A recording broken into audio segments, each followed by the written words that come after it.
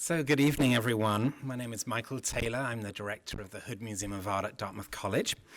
And it gives me immense pleasure to welcome you to the second in a series of annual lectures that have been made possible by an endowment from the MANTON Foundation. We began this series last year with a wonderful lecture by Mary Coffey of Dartmouth's Art History Department, and are thrilled that the MANTON Foundation Endowment, which promotes scholarship and provides care and conservation for the Orozco mural at Dartmouth, will allow us to host this prestigious lecture on an annual basis. We would like to express our profound gratitude to the MANTON Foundation, which has also, through a separate grant, made possible a new lighting scheme for the mural that will be unveiled later this evening. After the lecture, I invite you to join me for a reception in the west wing of the main corridor of Baker Library, and then to the Orozco room for the official opening of the stunning new lighting scheme. This is a very exciting moment for those of us at Dartmouth who have known and studied these murals, and we're very pleased that we have two members of the MANTON Foundation board here with us this evening. Please give a warm Dartmouth welcome to Sandy Niles and Julia Krapf.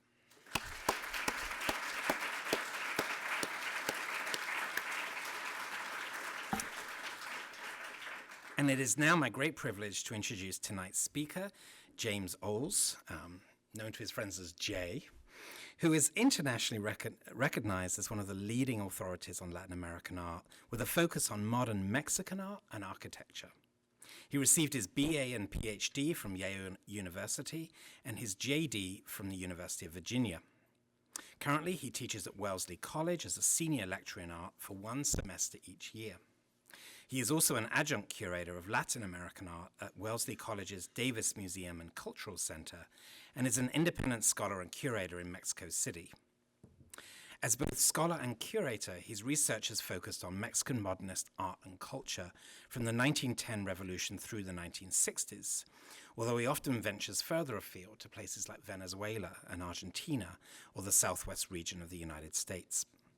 He is particularly interested in the cultural interchange between Mexico and the United States. His first major exhibition project was the critically acclaimed South of the Border, Mexico and the American Imagination, 1914 to 1947, an exhibition that opened at the Yale University Art Gallery in 1993 and traveled to several venues. The catalog, which he co-wrote with Marta Farragut, remains one of the most important scholarly texts in the field of Mexican modernism and the reception of Mexican art in the United States. In 1996, he authored the book Frida Kahlo, Diego Rivera, and Mexican Modernism from the Jacques and Natasha Gelman collection, which was published by the San Francisco Museum of Modern Art in conjunction with an exhibition of the same name.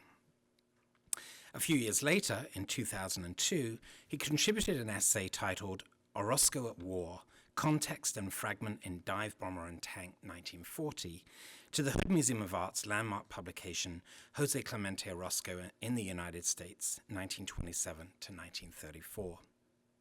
He also contributed to an important monograph on the German-born Mexican artist and industrial designer Pedro Friedberg in 2010. And just this past year, he published a book in the Museum of Modern Art's Artist series titled Diego Rivera, David Alfaro Siqueiros, Jose Clemente Orozco. And he's currently working on a survey textbook on Mexican art for the Thames and Hudson World of Art series. At Wellesley, he teaches the history of Mexico from the ancient through modern eras. In more focused seminars, the courses he offers deal with subjects as public art in Mexico and the United States, the representation of Mexico in cinema, or exhibitions of Latin American art. And he has stated that one of his proudest achievements is that he has had 5 former students go on to pursue PhDs in Latin American art. Please join me in welcoming James Oles, whose talk this evening is titled Mexican Pyramids on American Walls, Revivals, Restorations, Reinventions. This lecture will explore the diverse ways that muralists envision the architecture of ancient American cities in several murals created in the United States in the 1930s, including Orozco's celebrated fresco mural at Dartmouth. Please turn off your cell phones and welcome James Oles.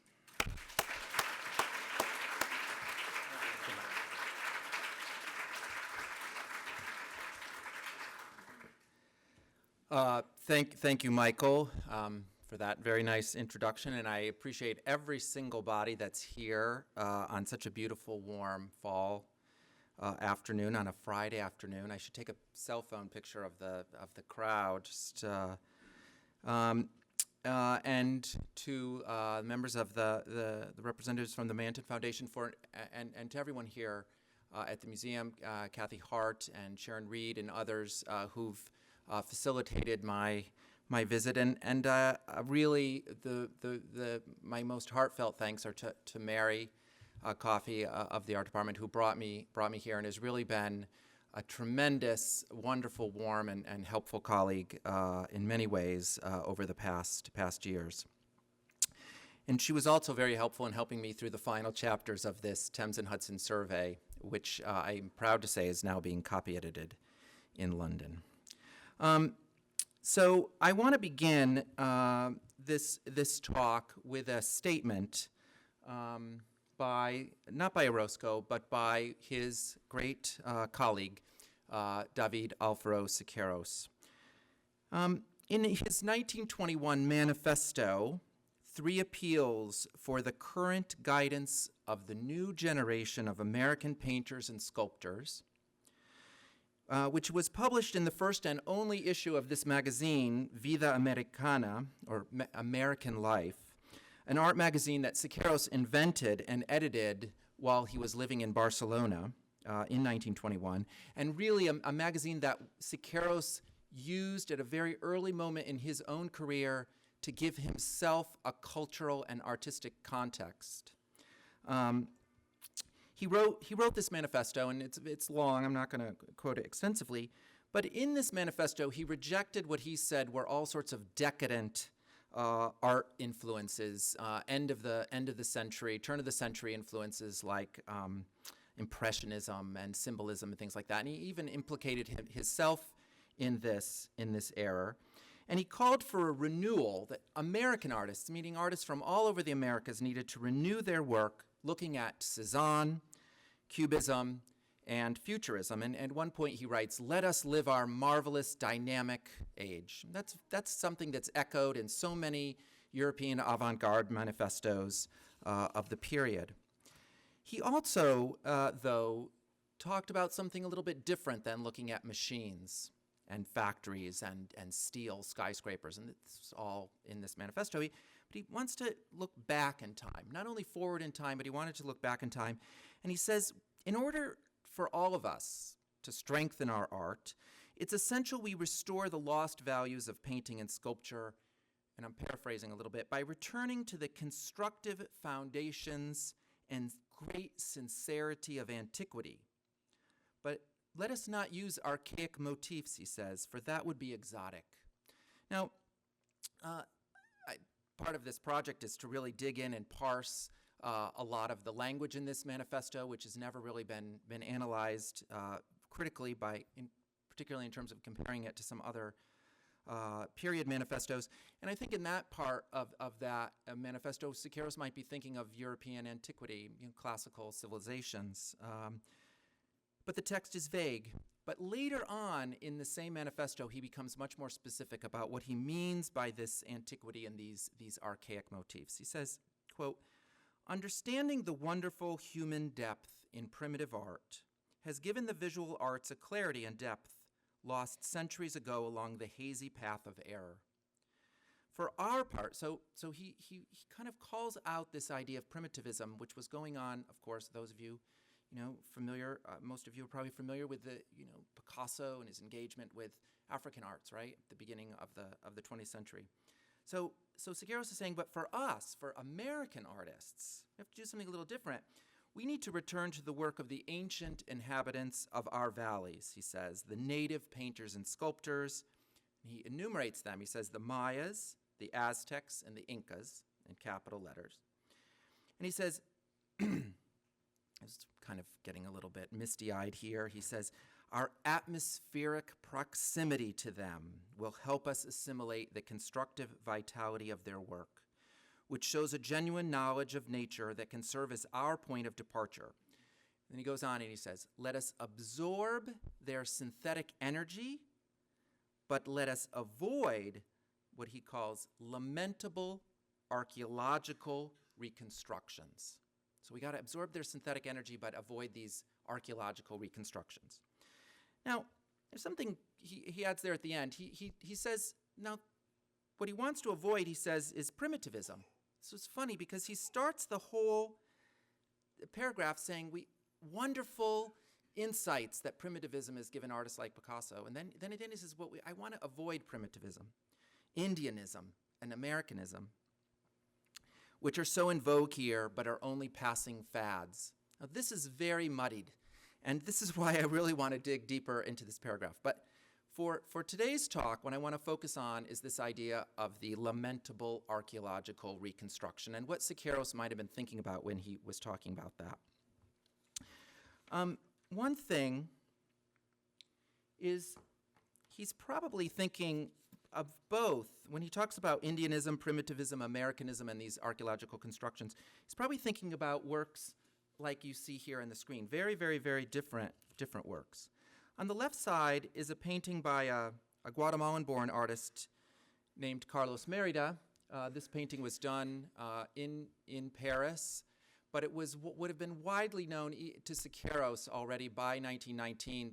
Mérida moved to Mexico City before Siqueiros went on to Barcelona. So this is a sort of Americanism. This modern American art takes these archaic motifs from pre-Columbian art, from ancient Maya art in the case of Mérida, but also from folk art, and kind of synthesizes it with a modern, flat quality that is coming from, say, Cubism. So that's something, it's unclear to me to what extent Siqueiros likes or doesn't like Mérida. That's one thing. But one thing I know he doesn't like is what you see on the right side. This is the lamentable archaeological reconstruction. This painting by a Mexican academic painter named Felix Parra, of the great, one of the great missionaries that was involved in the conversion of the Aztecs in the early 16th century, Bartolomé de las Casas. And you see here in this background a direct citation of ancient American art, but it's really more of a pastiche made up of, here's an Aztec sculpture. This is actually a round column that's more something that would be, you'd find in, maybe in Oaxaca, but probably more likely in Pompeii. And then some friezes that come from various buildings, both in southern and central Mexico. It's not in any way an accurate reconstruction of a real building, but a pastiche. And although this painting seems so old-fashioned in a year like 1921, Felix Parra was still teaching in the Academy of San Carlos in Mexico City, where Siqueiros had studied at this time. So I think there's a rejection of this, very typical of what we see in the post-revolutionary period in Mexico. These modern artists, many of whom have gone to Europe, are rejecting their academic roots. And I think this is partly to give you a sense of context for where I'm going to go for the remainder of this talk. Okay.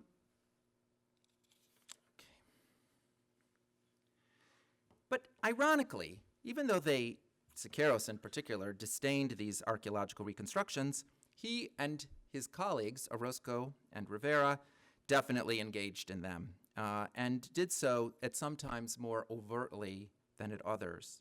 The most famous of these reconstructions, I would argue, are those overblown panels by Diego Rivera in the corridor of the National Palace, painted in the 1940s and 1950s in downtown Mexico City. This is one of several panels. This is an idealized recreation of life at the city of El Tajín in the present-day state of Veracruz. This was done in 1945. But in this talk, I'm going to look at works that are earlier and that are a little bit less obviously reconstructions, done in the early 1930s. At the beginning, I don't like this either. This is overblown archaeological reconstruction. Done. I'm going to look primarily at murals done in the early 1930s, some in Mexico, but most in the United States. And I think a close examination of some of them, particularly these images of pre-Columbian architecture, these images of pyramids on these walls, and I'm going to focus on Rivera, Siqueiros, and Orozco today, should illuminate not only their precise iconographic sources, which is part of this project, but also these artists' relationship to ongoing archaeological projects taking place in the country. I also think it's going to show that the ways that these artists cited and engaged with each other was much more complicated and extensive, perhaps, than has been previously discussed.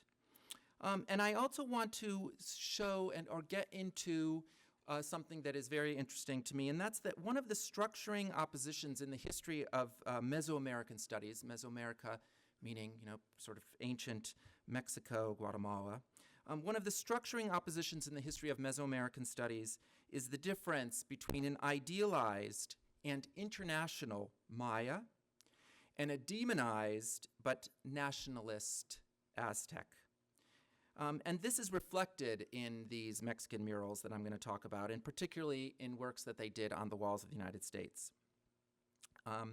Now, I'm afraid that today, rather than any polished, slick conclusions, all I'm going to be able to offer are some preliminary ideas, a refined reading or two of a panel, and some closing remarks that might open rather than close the topic. This is really a quintessential work in progress. It builds on a paper that I wrote mainly focusing on Siqueiros, but obviously because I was invited here, I wanted to open it out to Orozco, which meant I couldn't leave Rivera out of the story either. So I just found more and more images, and you're going to see that I have some tentative conclusions. But I want to really survey this vast terrain today. And it's really part of a much wider study of my own work, in which I'm very much interested in the linkages between archaeology and advertising, popular culture, tourism, and art. So to find images of the pre-Hispanic past in Diego Rivera's great mural cycle in the Ministry of Public Education, the first mural that he did that has to do with, takes Mexico as a theme in particular, done between 1923 and 1928, we're going to have to look fairly closely. There's an image, for example, of an Aztec sculpture in the jungle, which I'm not going to talk about. But for the most part, Rivera downplayed pre-Columbian imagery in this vast cycle. The only real image of a pyramid in this entire building, in fact, is in a grisaille panel, one of these gray sort of faux sculptural reliefs on the third floor, in which he painted several allegories of the arts and sciences, one of which is architecture. The little pyramid there, which I think you can all see very clearly, is a little hard to identify, but it might be a stylized rendition of the so-called Castillo at Chichen Itza, a building that I'll discuss more extensively in a bit. In fact, Rivera had visited the Yucatan in 1921, just a few years before painting this panel. In any case, there's not really any cultural information here or context, and I think the most important thing we can say about this early tentative image of a pyramid is that Rivera wants to ground Mexican architecture, both in modern architecture, both in this sort of idealized Mexican past, as well as in the classical orders, which is symbolized by the column there below it. Ancient pyramids, however, become far more present in Rivera's next important mural project in Mexico City, Mexico of Yesterday, Today, and Tomorrow, which fills the stairwell of the National Palace. This was done in 1929, 1930, really 15 years before he went back to the nearby corridors to create these idealized reconstructions. Now, the north wall, the panel on the north wall, which is usually titled Mexico of Yesterday, shows a very idealized view of ancient Mexican life. But what's important about this panel, and I'm not going to go into all details, it would take me forever, and I'm probably going to be afraid of running over time anyway, is that if, all these people, what they're wearing, what they're doing, the landscape around them, particularly this prominent volcano here, locate this scene in central Mexico, in the Valley of Mexico, in this territory around Mexico City. This had been the heart of the Aztec Empire.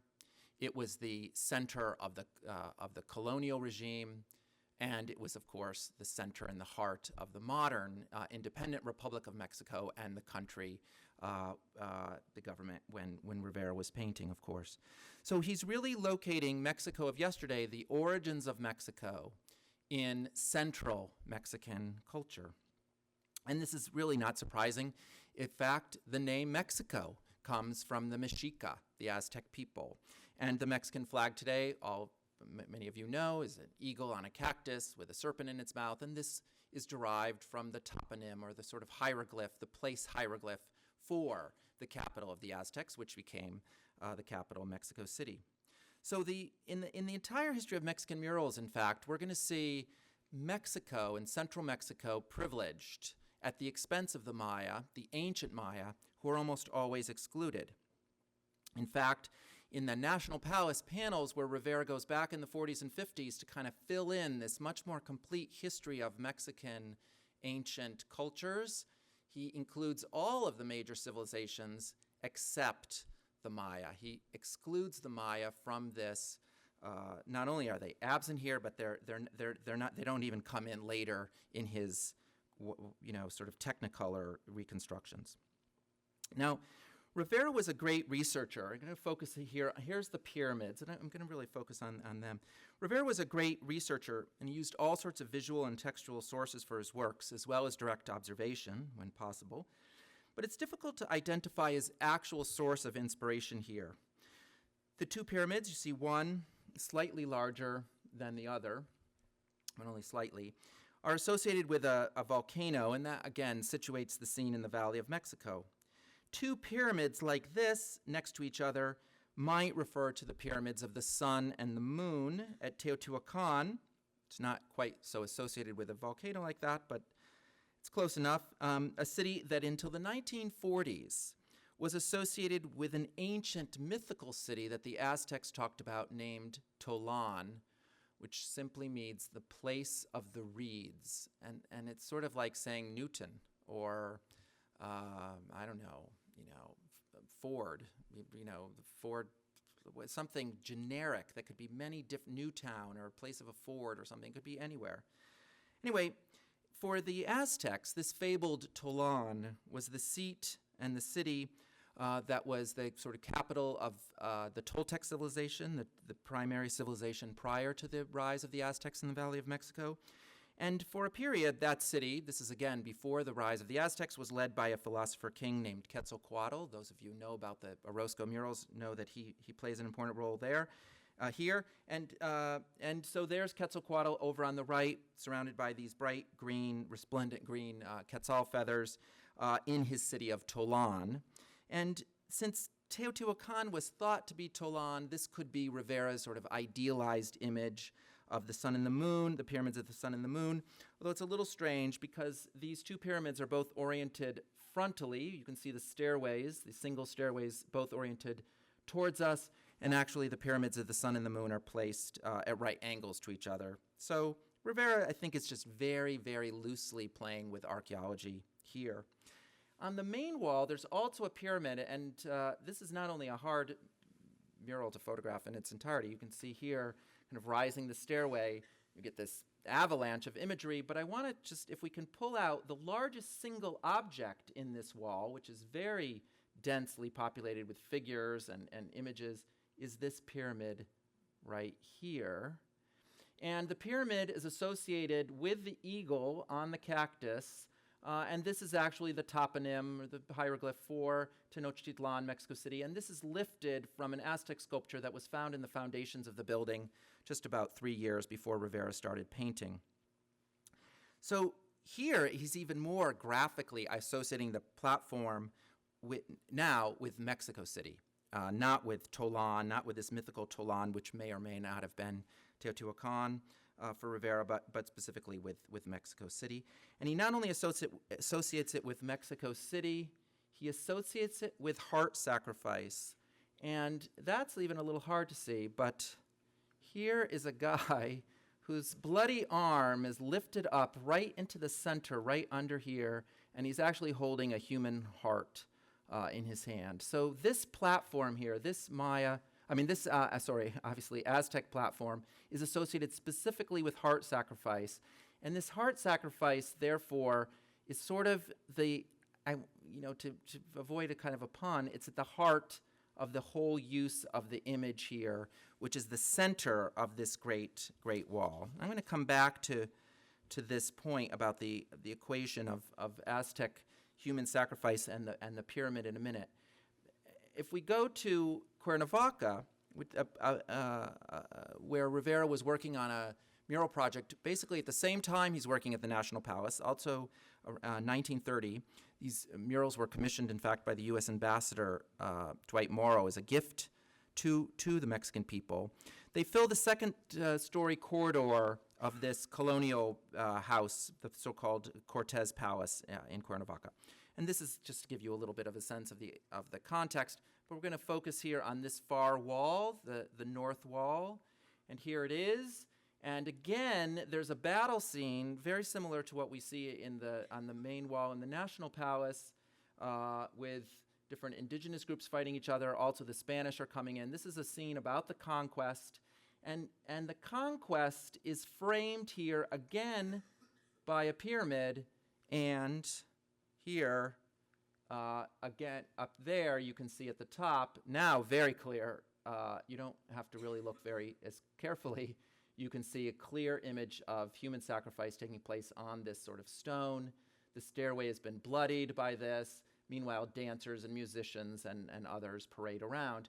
But this looming, and I can go back here, this looming terror of human sacrifice up there is sort of the beginning of the whole movement forward that we get in the cycle. And as others have discussed, this narrative here in Cuernavaca, which is nominally about the conquest of the city of Cuernavaca and the state of Morelos by the Spanish, is located here by Rivera in terms of a national history. And that national history is this Aztec pyramid that's associated more with Mexico City. And why do I think this is a Mexico City pyramid? Well, first of all, on the south wall, directly facing it, is another image of sacrifice, which is a scene of the Spanish Inquisition. So you have sort of an ancient sacrifice, and then on the far wall, sort of, post-conquest sacrifice. The Inquisition was based in Mexico City, so that's one thing. But the other is that if we compare this pyramid to the actual pyramid that Rivera might have found in Cuernavaca, which is there on the lower level, we see that he hasn't really copied it in any way. He's made a much more generic image. It's got one stairway rather than two stairways. Anyway, he's not in any way copying this pyramid. This pyramid was completely excavated by the time he was working here. But he's not making a copy. I'm going to talk about artists looking at actual pyramids and trying to make copies of them. Rivera's not. What he's looking at are 16th century illustrated manuscripts showing human sacrifice. And that's what's shown on the lower screen. Although some late 19th century academic paintings showed scenes of human sacrifice, Rivera's direct source is to be found here, perhaps even in the specific Codex Magliocchiano, which is now in Italy, a mid-16th century indigenous work that Rivera would have known in facsimile. These illustrated manuscripts were made by indigenous scribes in a new post-conquest context as part of a new order that was both political, and that's why we see all these images of bloody human sacrifice. These are now done 20, 30, sometimes 40, 50 years after the conquest, and these indigenous scribes are showing how things used to be, and by implication, how they are not now in the new order. This is sort of demonized, the bloody sacrifice. You can see how they particularly exaggerate all of the blood everywhere. There's also a new visual order, by the way, and that is the use of perspective. Although it might seem a little awkward to us, the way that the building is shown in 3 dimensions with some shading here is definitely a reflection of the new European visual order that's also come into Mexico. You can see here that the pose of the body is very similar in both of the murals, even the orientation, and so is this V shape of blood on both. And I think this is the closest I found, but this bloodied stairway is typical of these representations in early colonial manuscripts. Even when no bodies are shown on the pyramid, the blood is often there as evidence of the sort of, of a demonization of the buildings. So you can see how Rivera streamlines his original source. He fixes the awkward perspective, for example. And I think Rivera's mural is partly about the need for continued resistance to all forms of conquest and oppression, and the heart sacrifice is a sort of originary one. He's not idealizing sacrifice in any way, but it's sort of done by the elites. I think in Rivera's vision, it's done by the elites against the worker in a way, and this resistance to that is going to partly animate the conquest and the support of certain indigenous groups who ally themselves with the Spanish to defeat the Aztecs, the evil heart sacrificers, and then sort of create this ongoing Marxist dialectic, this struggle between forces that's going to animate Mexican history up to the present day. And this is the importance of this image of Aztec heart sacrifice at the beginning, as if it's a sort of example of working class oppression in a way, located there deep in Mexico's past. Rivera very frequently idealized indigenous people, certainly living people, and often the Aztecs themselves. But here he's really picking up on something that was sort of proof positive that the Aztecs were, quote unquote, bad. Now, this privileging of the Aztec or the Valley of Mexico really informs Rivera's hyper-nationalist narratives in both Mexico City and Cuernavaca, and it necessitated, I think, the exclusion of the Maya. From a centralist perspective, and Rivera, Orozco, and Siqueiros are all artists who are working primarily in Mexico City for a centralized political regime, and for these artists, and for many people that live in Mexico City, the Maya are peripheral. They're not only peripheral, meaning far away from Mexico City, but they're also subnational. They're or multinational. They're shared. They have to be shared with these other countries because the Maya are a civilization that's not confined to the present-day geographic boundaries of Mexico, but rather the Mayas, all of you know, occupy Guatemala, Honduras, Belize, etc. So they don't function. The Maya just are never going to function very well as a people that are going to give Mexicans a national identity.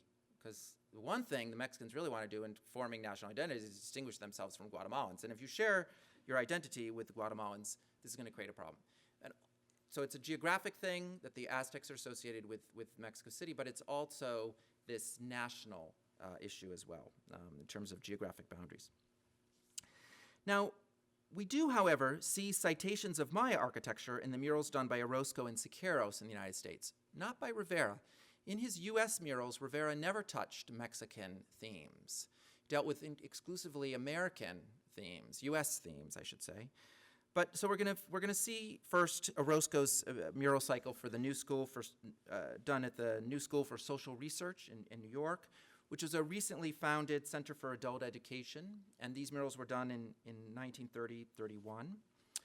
And this is just a view. It's even changed from this photograph. It was a classroom for a while, but it was originally a cafeteria, and Orozco painted these frescoes on the surrounding walls.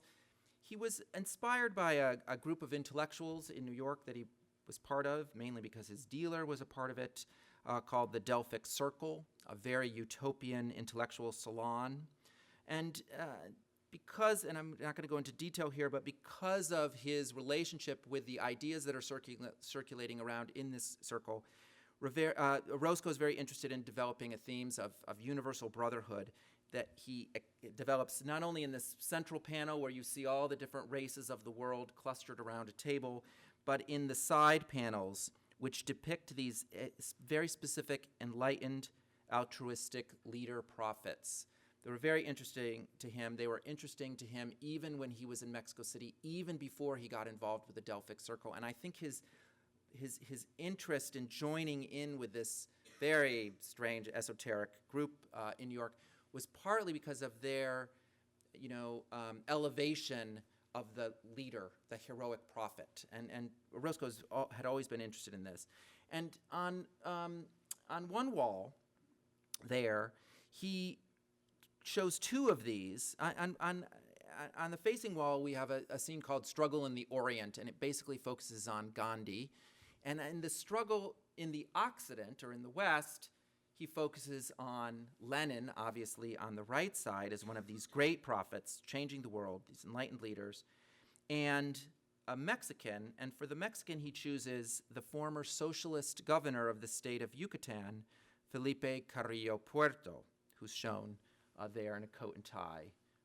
Well, you see him right there, right? Obviously. So why Orozco selected Carrillo Puerto rather than other revolutionary heroes is of some interest.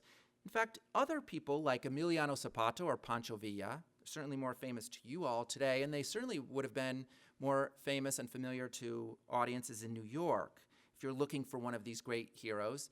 And by the time Orozco was painting here, both Zapata and Villa had been assassinated, so they were sort of martyr figures.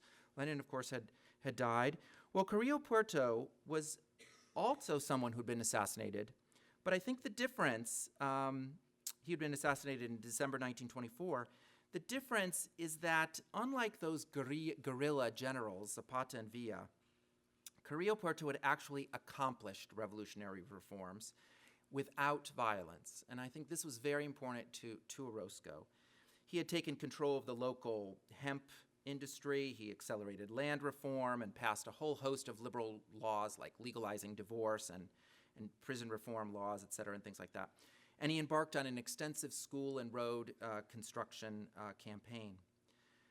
By contrast, when we look at Orozco's images of Zapata, you sort of have, you should know one here at Dartmouth, but in his oil paintings, Zapata and Villa are usually these much more threatening figures who are the leaders of a possibly unbridled and dangerous mass, or even specific perpetrators of violence. Orozco had no love, I think, for Zapata or Villa. But he does really elevate Carrillo Puerto here.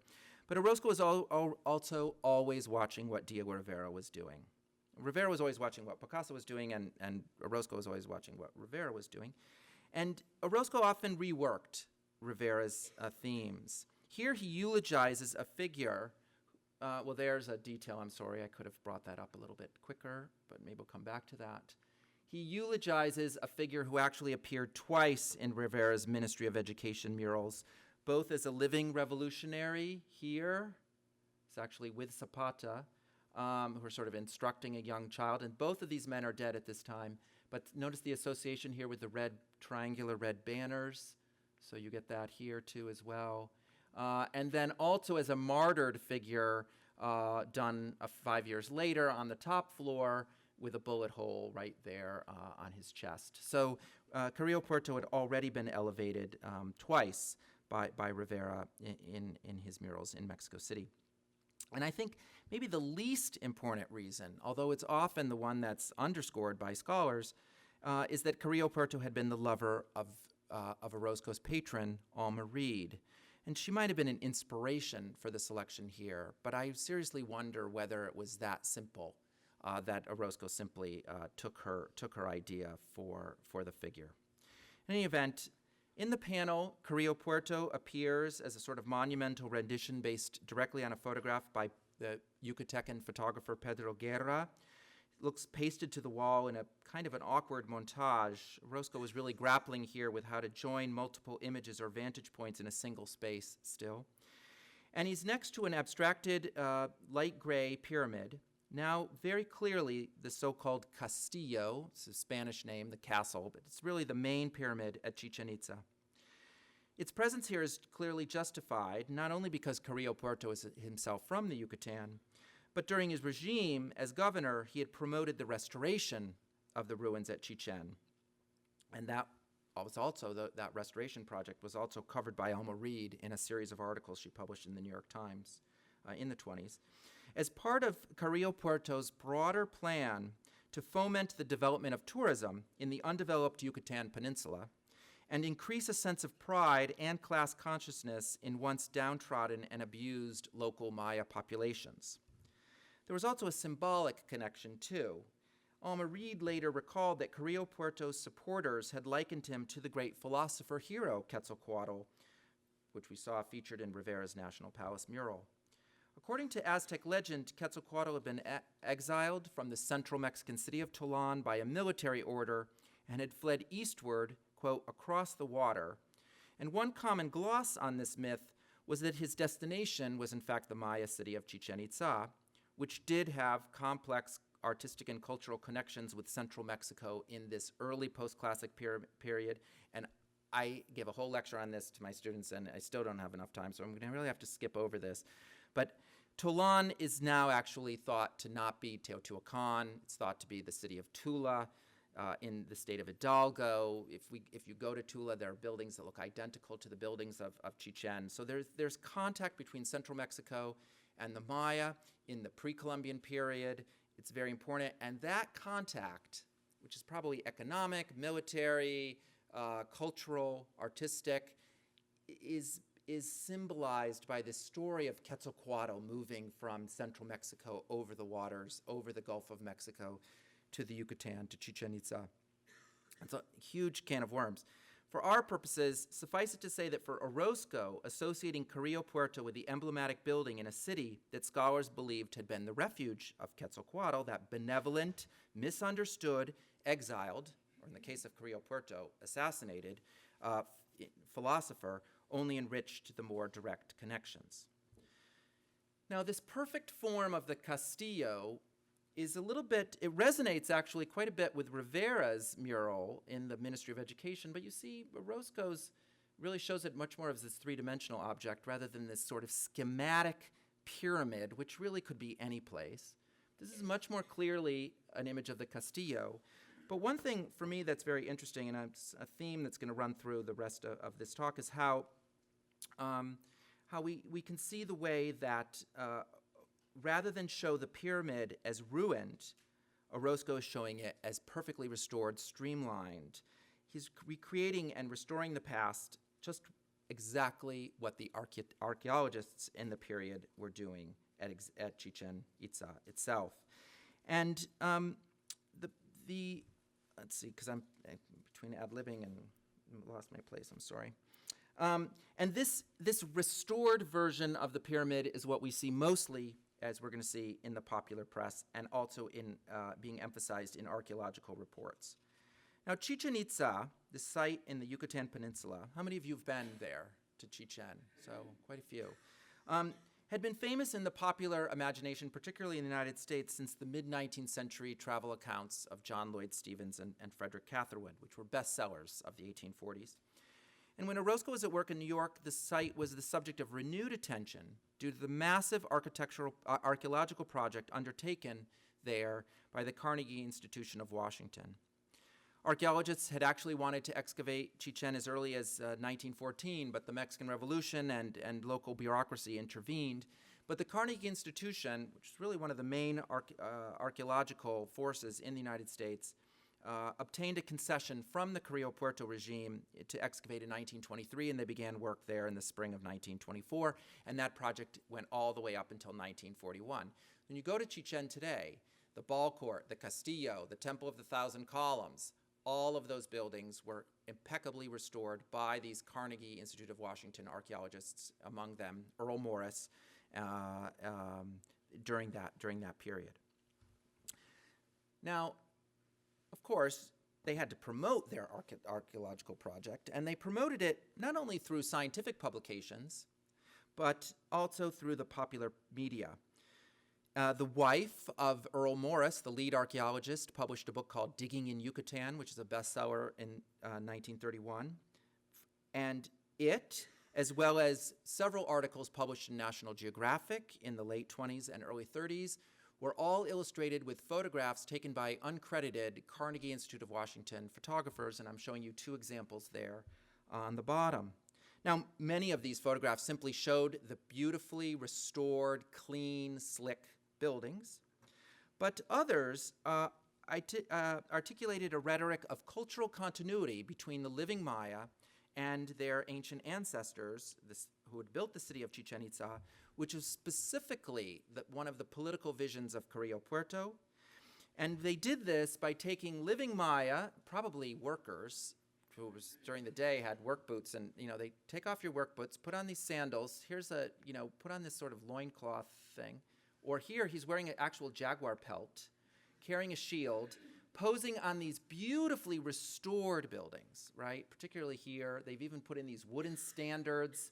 Everything is redone as if you're going back in time, and National Geographic loves taking people back in time. But it's not only that. It's not only taking the armchair traveler back in time. It's evoking this idea of continuity between present and past. The Maya men here are meant to evoke the past, just as the restored ruins elide their own existence as works of modern architecture and get us to think, ooh, that's the way it was in the past. And of course, they never are the way they were in the past. But the goal is to give you a sense of traveling back in time, whether you're a tourist, and that's one audience, but also for the local populations in the Yucatan or for the national audience as well. The sense of the restored ruin. There's no archaeological reason, there's no scientific reason to restore a pyramid and make the stairway perfect. The reason you make a stairway perfect is so modern people can climb that stairway and therefore reenact and go back in time and have a sense of the lost splendor or the actual splendor of the city that the ruin, which is a whole other type of archaeological form, doesn't quite provide. The ruin reminds us that time has passed. These perfectly slickly restored ruins make us think that maybe no time has passed at all. Now, I think Orozco was actually thinking about this juxtaposition of men with pyramids when he did this. And I think what he was probably looking at even more were illustrations, and there's 3 on the bottom. In all 3, we get women now, not these warriors with their leopard skins, but women, and notice here in every case, the woman is associated with a restored image of the Castillo. This is by Jean Charlot, one of the staff artists of the Carnegie Institution and a muralist in his own right and a very close friend of Orozco. This is no question that Orozco wouldn't have known this painting. This is an illustrator and minor muralist, Alfonso X. Peña from 1930. There again, the woman associated with the Castillo. And finally, this calendar art from the 1950s. And I guess this looks more like Rita Hayworth, but she's associated too with a Castillo back there. In fact, there's a whole, I have a whole part of this project where I talk about the whitening of the Maya woman from the indigenous to the mestiza or mixed race to the sort of Hollywood white form there, but I'm not going to go into that. I think Orozco is citing these cliches and also trying to demolish these cliches, perhaps, which were circulating around an awful lot. He masculinizes this topos of the juxtaposition of the living Maya with the pyramid. He politicizes it, but he also critiques the sexualization and escapism present in the entire field of images. After all, in his mural, Carrillo Puerto is an assassinated martyr wearing a jacket and tie, directly situated in the present and in a particular political reality that makes him the equal of figures like Lenin and Gandhi. Now, I'm going to jump across the continent to LA and look at the first image of pre-Columbian architecture to appear in any of Siqueiros' murals. Here, too, we're going to discover a conscious but less direct allusion to Chichen Itza. This mural was commissioned by a local patron in downtown LA for an exterior wall of a building overlooking Olvera Street, which had been the former Mexican neighborhood in Los Angeles. The Mexican populations had basically been displaced, and Olvera Street had been converted into a tourist area that it still is today. And this mural was probably intended by the patron to be a sort of lure for visitors with very pleasant imagery of a title that he probably gave Siqueiros. I want you to paint me a mural of tropical America. So Siqueiros responded with a highly politicized work that was soon whitewashed. This is a reconstruction by a Chicano artist, which is not so bad, actually, of what the mural might have looked like, up here you can see it was not only whitewashed. Siqueiros used a lot of these experimental pigments. He painted on cement. It was exposed to the elements. It began to erode very quickly after it was done. Plus, it was whitewashed very quickly, and so it exists as a former shade of itself. Although the Getty Institute is about to reopen it after a long restoration, but not reconstruction project in any event. The bright visual impact must have been something that looked a little bit like the colors in tourist posters or the serapes that you would have seen in the shops down below. But the imagery was really much more severe. The mural features a large pyramid with sloping walls. I think you can all see this in gray there. And two entrances, which are actual windows on the wall itself. Surrounded by stylized tropical vegetation and some fragments of pre-Columbian sculptures. There's another one over here in red. There's a half-naked figure bound to a modified cross there in the center. Siqueiros identifies him as an Indian. And this cross on top has an eagle, which Siqueiros says is the eagle of imperialism, sort of watching guard over this victim. And then on this far sort of building, which is actually, this is a real door that opens out into the wall. This kind of opens out into a roof. There are two soldiers coming in. One is clearly identified as Mexican, one clearly identified as Andean. And that's important. One Mexican, one from the Andes or Peru. And they're coming in, they're armed, they're dressed as contemporary figures, and they're, according to Siqueiros, they're coming in to sort of save this figure in the center. Now, the structure, which is what I want to focus on, is unlike any specific work in pre-Columbian archaeology. It's instead a pastiche, even more inclusive than any of those in the 19th century academic paintings done in Mexico City. Because while the overall profile of the structure is Aztec, the geometric stonework on it is clearly Inca. And what do I have here, I think? There we go. There's an Inca wall. Here's a detail of a black and white photograph from the period. And here you see how it's situated in front of this rooftop. So here's an Inca wall, as if you needed to see one, but that's what they look like. And then there's a couple broken columns that are covered with feather forms, and these are probably serpent columns, such as we find at Chichen.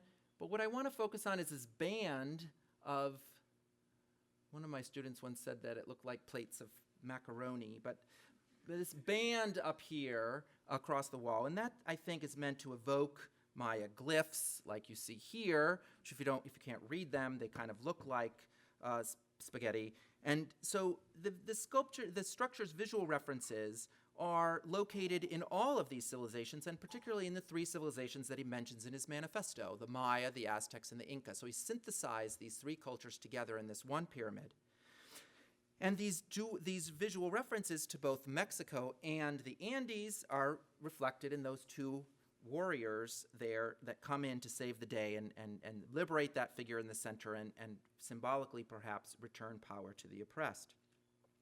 This is a quintessential American building in the broad sense of the term, rather than one that's tied to any single site, culture, or nation, and one that recalls the rhetoric of his 1921 manifesto, where he specifically drew attention to the Aztecs, Mayas, and Incas. Okay.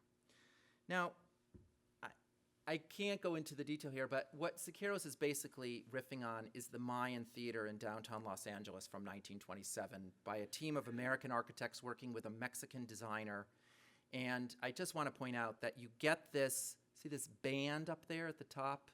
This sort of this brightly colored, polychromed tiles up here that are taking images from all sorts of pre-Columbian cultures. It's true pastiche, but also you get that here. And then you have this Inca-esque stonework between them. And I think that's what he's riffing on in this mural. And he's probably trying to make a critique here, perhaps, in terms of what the Mayan revival style meant in the United States as an architecture of escapism and exoticism, which was common in movie palaces in particular.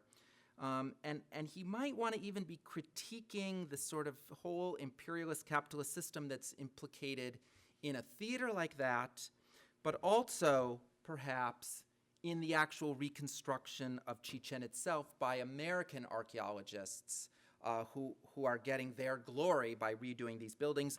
And so this column on the far side of the mural, surrounded by vegetation, seems to be drawn specifically from these illustrations in the Carnegie reports and in the popular press of these similar serpent columns with this sort of L sticking out of it, also surrounded by vegetation, and here surrounded by ropes as it's being restored. And again, I think there's a critique here of the lamentable archaeological reconstructions in the movie theater, but also that are happening at a site like Chichen Itza. In both cases, whether it's the Mayan movie theater or the reconstruction of Chichen Itza, Siqueiros might be asking how these sites actually would have benefited real indigenous subjects, except perhaps for a few field workers. So the pyramid is not just an exotic backdrop, but a fundamental part of the anti-imperialist critique in the mural. And perhaps he's even critiquing the way these half-naked guys with their cloth around their waist often appear in front of the pyramids in the Carnegie photographs as well, sort of victims of this American idea of cultural continuity rather than subjects. Now, get here. So if we turn to Dartmouth, which was started, the murals here at the Baker Library, which was started when Siqueiros was working in Los Angeles, I want to look closely at the two panels that show Mesoamerican architecture on the left side of the north wall in the reading room, which we'll all go over and look at. And it would be even more fun if I just did the rest of the lecture over there. But I'm going to talk about these two panels, the coming of Quetzalcoatl and the departure of Quetzalcoatl, and they sandwich this panel in the center on the pre-Columbian Golden Age that I'm not going to actually discuss.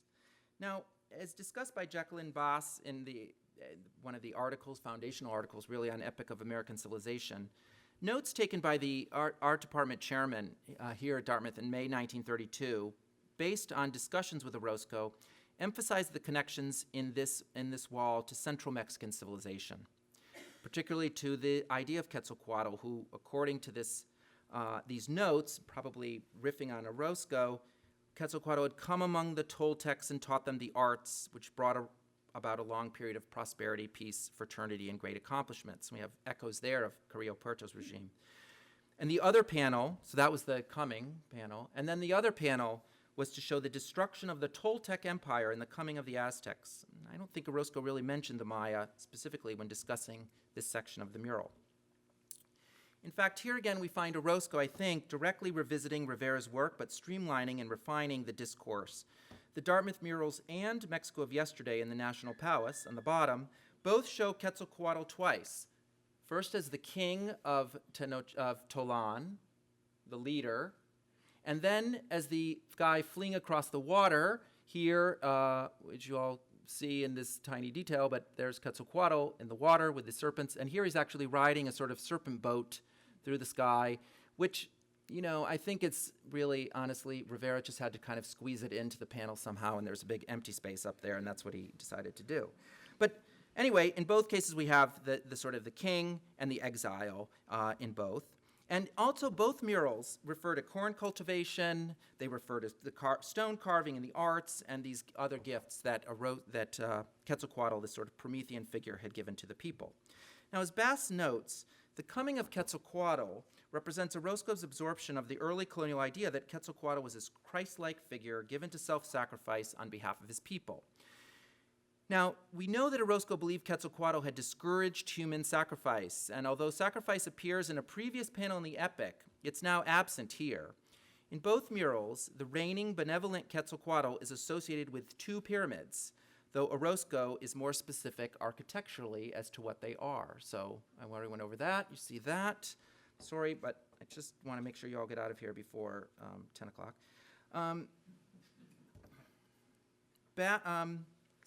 And here is the Orozco panel, and very clearly he's citing the Pyramid of the Sun very clearly at Teotihuacan. It's actually specifically depicting the Pyramid of the Sun, and he's referring to the nearby Pyramid of the Moon, though there's no way you could get a photograph showing the two pyramids in that location, in that relationship to each other. And the main reason is because when Orozco was working here at Dartmouth, the Pyramid of the Moon had not been excavated. It was a pile of rubble.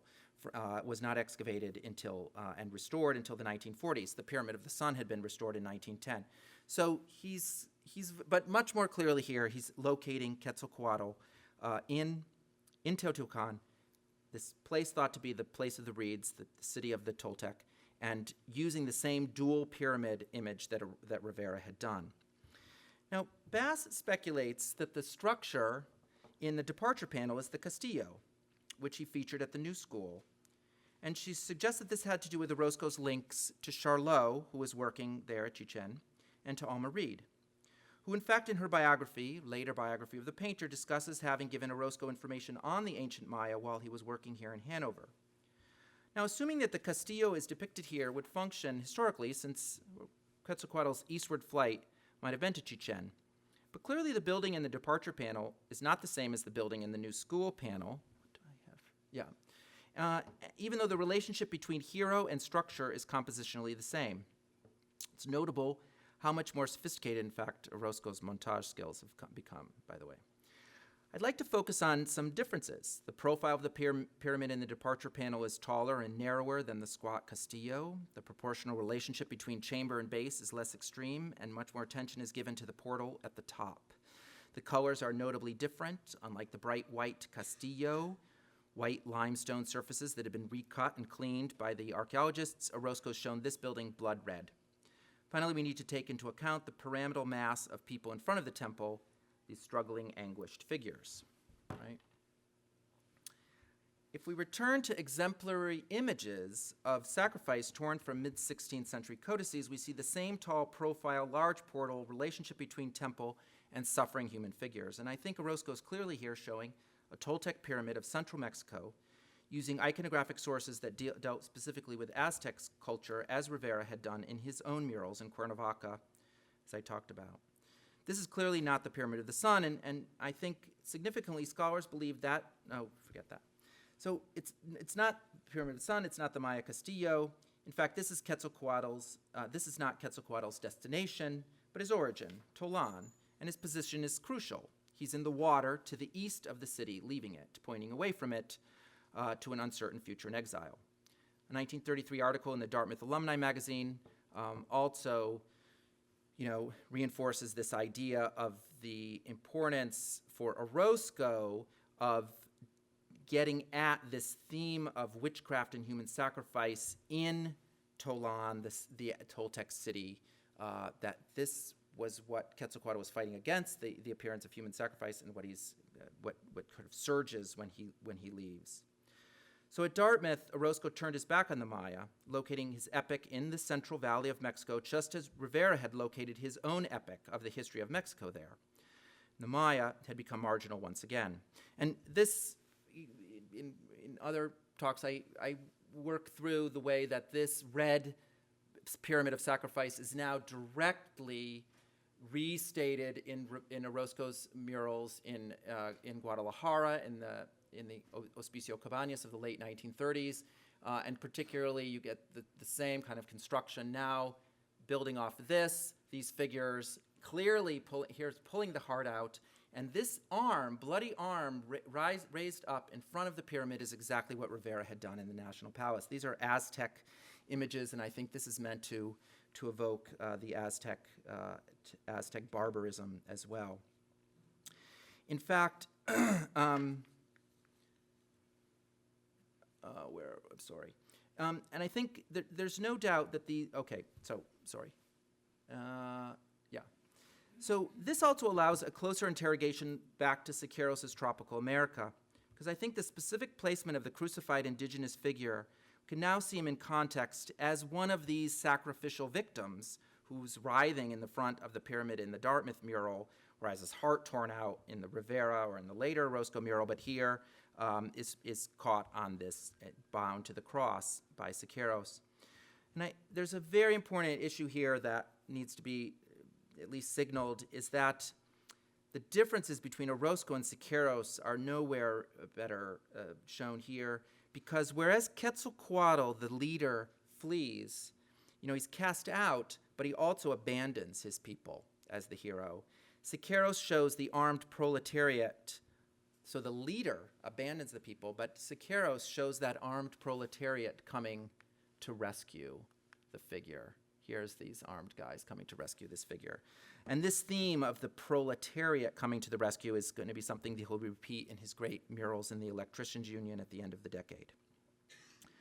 Now, in these works of the early 30s, Mexican muralism emphasized the Aztecs with but two exceptions, kind of trying to conclude here. Orozco's panel in the New School, which was a particular exception guided by the selection of a particular heroic leader, and to a lesser extent, Siqueiros' Tropical America, where the temple, this pastiche, is as much Aztec as Maya or Inca.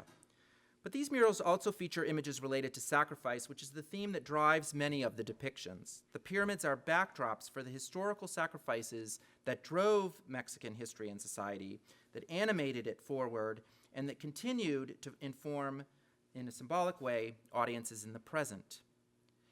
In the longer version of this study, I compare the Mexican murals I've discussed here with two New Deal murals done in the 1930s, where pre-Hispanic society, now exclusively Maya, is idealized, bloodless, and instructing, but failing to direct the audience to any higher goals. And the two that I discuss in detail are one by an artist named Roger Wolcott. This is a panel. These are both oil on canvas. This is in the Museum of Science in Springfield, Massachusetts. It's one of a group of panels, an extended cycle in Asia and Africa and the Iroquois, I think. And Mesoamerica, Mexico is represented by the Maya. And what part of the Maya world? Chichen Itza, with the restored castillo back there, other restored buildings, people at work, etc. Very much in this, this is not Quetzalcoatl, but this kind of idealized view that we also get here at Dartmouth in the coming of Quetzalcoatl's image. And in the lower part is a post office mural from Ames, Iowa, which, Center for Corn Production, and in fact it shows ancient Maya corn cultivation and modern corn cultivation by an artist named Lowell Hauser, who was a colleague of Jean Charlot's on the Carnegie Project as an illustrator there back in the 1920s. Here, by the way, this is not the Castillo from Chichen Itza. This is actually a pyramid at a site in Guatemala named Huashactún, but was also excavated by the Carnegie Institution of Washington, which is why they gave the invented name Huashactún to the site. Washington, Huashactún. Suffice it to say that these murals, like almost all Maya imagery of the 20s and 30s done in the United States, including National Geographic illustrations, the photographs of Laura Gilpin, and an unlimited number of Maya theaters, Maya revival pottery, and neckties, and a whole host of stuff, as well as Sergei Eisenstein's unfinished film, Que Viva Mexico. All of these are parts of this wider research project. All of these images idealize the Maya world, primarily through the iconography of Chichen Itza, which is the most well-known city because of this archaeological excavation, to create a sort of Greek origin, a sort of Greek perfect civilization that could be part of our shared new world. All of that is super idealized, and then we get Mel Gibson. U.S. Americans would continue to idealize the Maya for as long as they could, even if scholars and curators were busy transforming the field. Although this year, much eschatological rumination and internet chatter has revolved around whether the conclusion of the 13th Baktun, period of about almost 400 years, this coming December 21st, is going to signal some sort of apocalyptic moment. Although the Maya never really predicted the end of time, and really for them it was just a big loud click in the interlocking wheels of their dual calendar. Perhaps it was inevitable that the repressed dark side of Maya culture was eventually going to percolate to the surface, For the culmination of the violence and images of sacrifice in these murals appears not in a film about the Aztecs, but in Mel Gibson's overblown Apocalypto, 2006, set in the Yucatan Peninsula just before the conquest.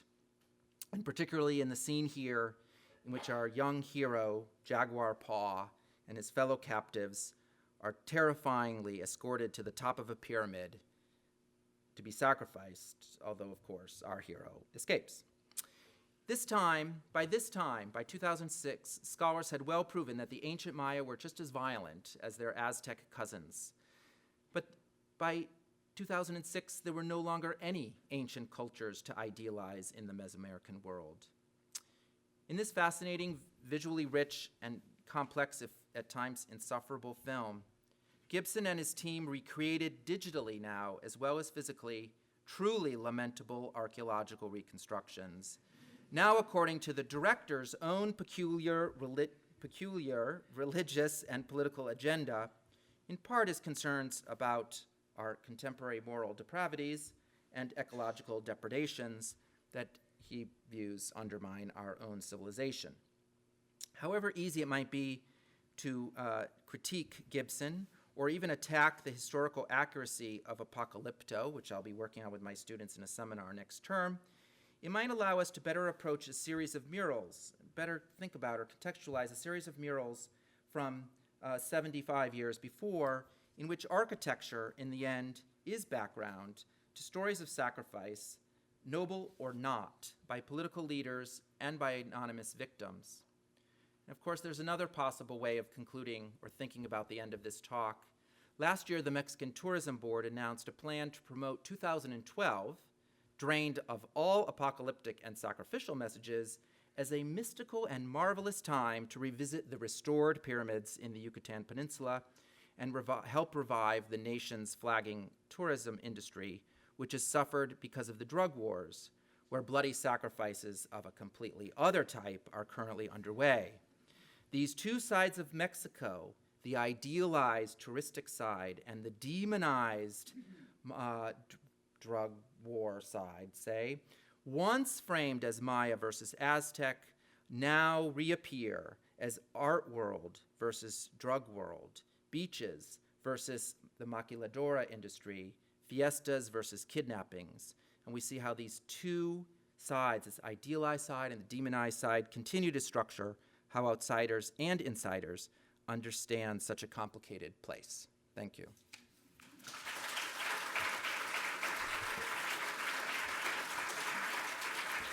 Very sorry. I'm sorry that I went over my time, but I guess I didn't see too many people fleeing, so it was okay. I'll take questions, or do we want to go right directly to?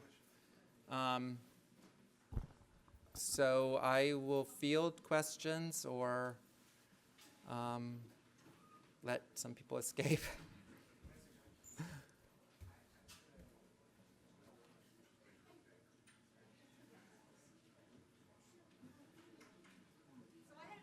Yeah?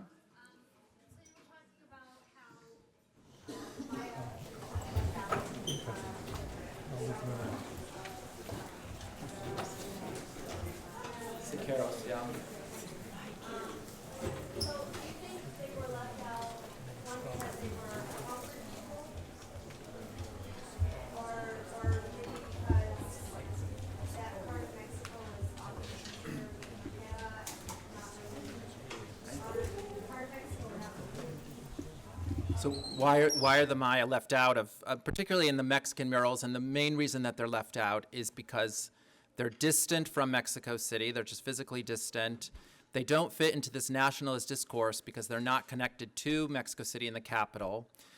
They're much more problematic in that they not only resisted the Spanish for longer, but they actually resisted conquest through the 19th century, and there was a famous, what they call the caste war of the Yucatan.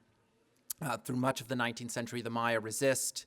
And so they're not so easily heroicized as great but dead conquered peoples.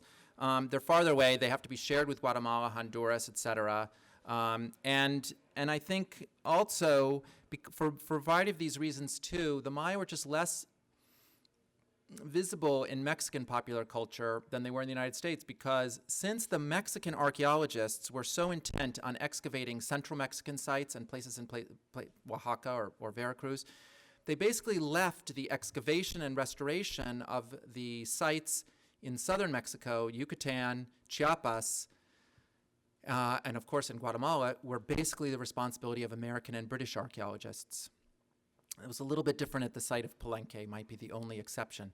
But most of those sites were being worked on by American archaeologists. So that's partly the reason that the Maya just don't form very much part of a visual world in Mexico City's popular culture or in the murals. So, I mean, these posters and calendars where you do see the sexy babes with Maya pyramids, that's a sort of exception to a rule. Almost no images of the Maya in Mexican muralism until the 50s. And as Mary knows, in the Museum of Anthropology, the Maya are finally brought in.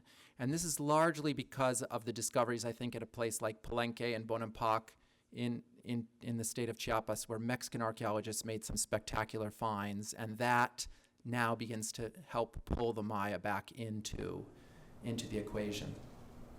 I don't know if that's... So would you also, I mean, when I go to Mexico and I see it, it seems like it's this overriding, as this connection with the Aztecs and even in the Yucatan, when you go there and you buy things from the vendors or whatever, they almost never have any Mayan related art. Yeah, this tourist industry thing and how they muddy things up too with these pastiches is also, that's a good point and a true thing too. Yeah,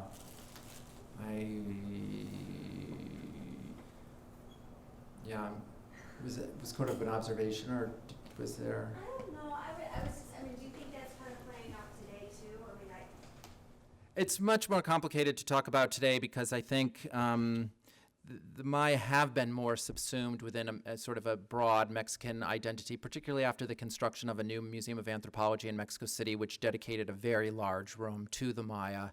And excavations in the Maya world are now largely directed by Mexican archaeologists, whether there are Americans involved as well. So the Mexicans are much more attentive to what's going on in the Maya world, and Maya discoveries are on the front page of Mexican newspapers.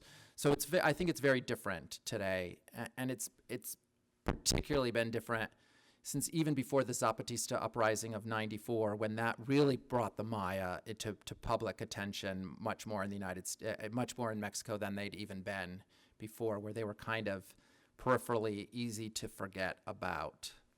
Whereas in Chichen Itza, the whole thing behind the restoration of Chichen Itza is also a patriotic thing, but it's a state-funded or state-promoted, not really funded, but promoted effort at the beginning.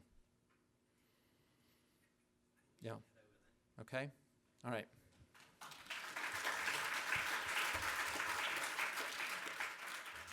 Sort of